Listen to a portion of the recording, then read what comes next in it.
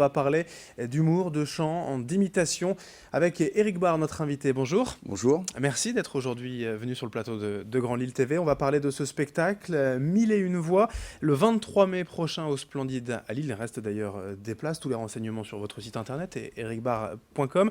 On vous présente comme ça sur internet, dans certains articles de presse, comme le gentleman imitateur. Pourquoi vous n'êtes jamais méchant ou corrosif? C'est le cas souvent des humoristes en fait en spectacle. Je ne suis pas méchant ni corrosif, c'est que je suis... Maintenant c'est un concert, c'est vraiment 70 concerts en une seule soirée avec le groupe avec qui je travaille sur scène. Et c'est vraiment du concert, il n'y a pas de politique, il n'y a pas de méchanceté du tout. On passe un bon moment, puis on essaie de divertir et de donner du plaisir au public. Donc c'est pas tout à fait 1001 voix quand même si vous pensiez peut-être en être capable? Non, je pense pas en être capable quand même, faut pas exagérer. Mais dans le spectacle, il y a une centaine de voix qui vont être présentes avec le groupe. Et l'idée, c'est quand même de pouvoir faire hier et aujourd'hui, quoi. On a aussi bien c'est toute génération, du Tina Turner que du Christophe Maé, du Gims, complètement. C'est toutes les générations, donc pour toutes les personnes, tout âge. Le spectacle, tout le monde se retrouve, tout le monde se retrouve son concert, l'artiste qu'on aime, c'est ça qui est bien, avec beaucoup d'humour. Et c'est ça quand même qui est important pour vous finalement, de pouvoir plaire à tout le monde, et de se dire aussi qu'on peut pouvoir écouter finalement les chanteurs plus actuels.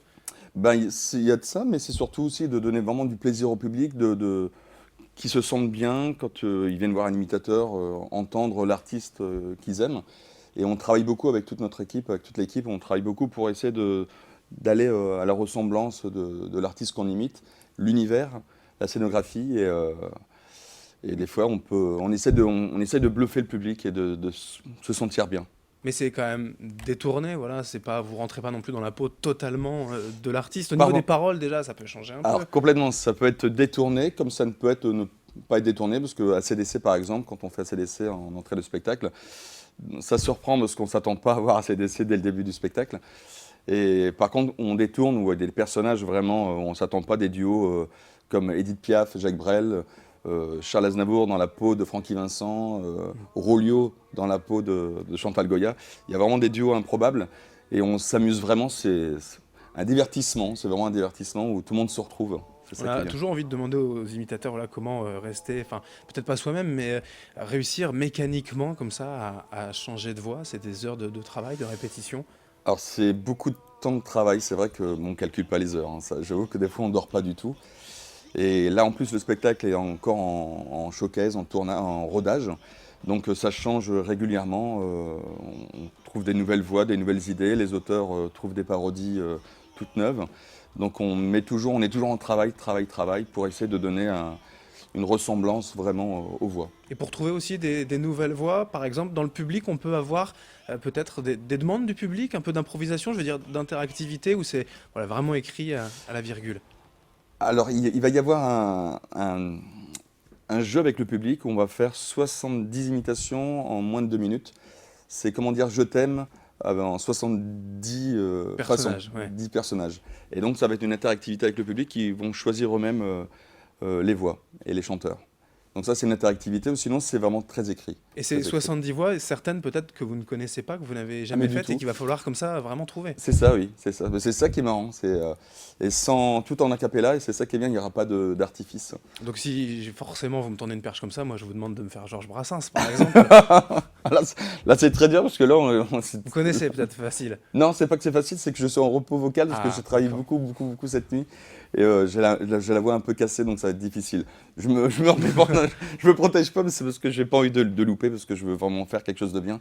Et là, je sais que j'ai la voix un peu fatiguée par cette nuit. Bon, alors on va plutôt écouter un extrait du spectacle avec grand plaisir. Voir vraiment en conditions réelles à quoi ressemble ce spectacle d'Éric Barre à 1001 voix, c'est Voices Machine.